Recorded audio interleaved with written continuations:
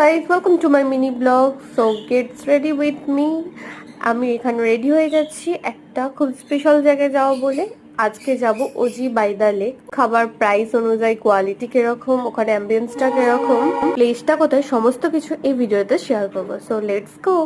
So guys, তোমরা দেখতেই পেলে আমি পৌঁছে গেছি ওজি বাই দ্য লেক। এটা কোথায় তোমাদের বলি, জায়গাটা হচ্ছে তপসিয়া, একদম সায়েন্স সিটির সাইডেই, লেকের সাইডে। এই ক্যাফেটা আউটডোর ইনডোর দুটোই রয়েছে, তোমাদের চয়েস অনুযায়ী তোমরা বসতে পারবে।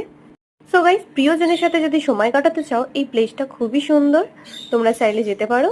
সো গাইজ, আমরা এখানে ট্রাই করেছিলাম গান powder chicken, tropical vibes and fresh goddess, তার সাথে বারবিকিউ চিকেন পিৎজা।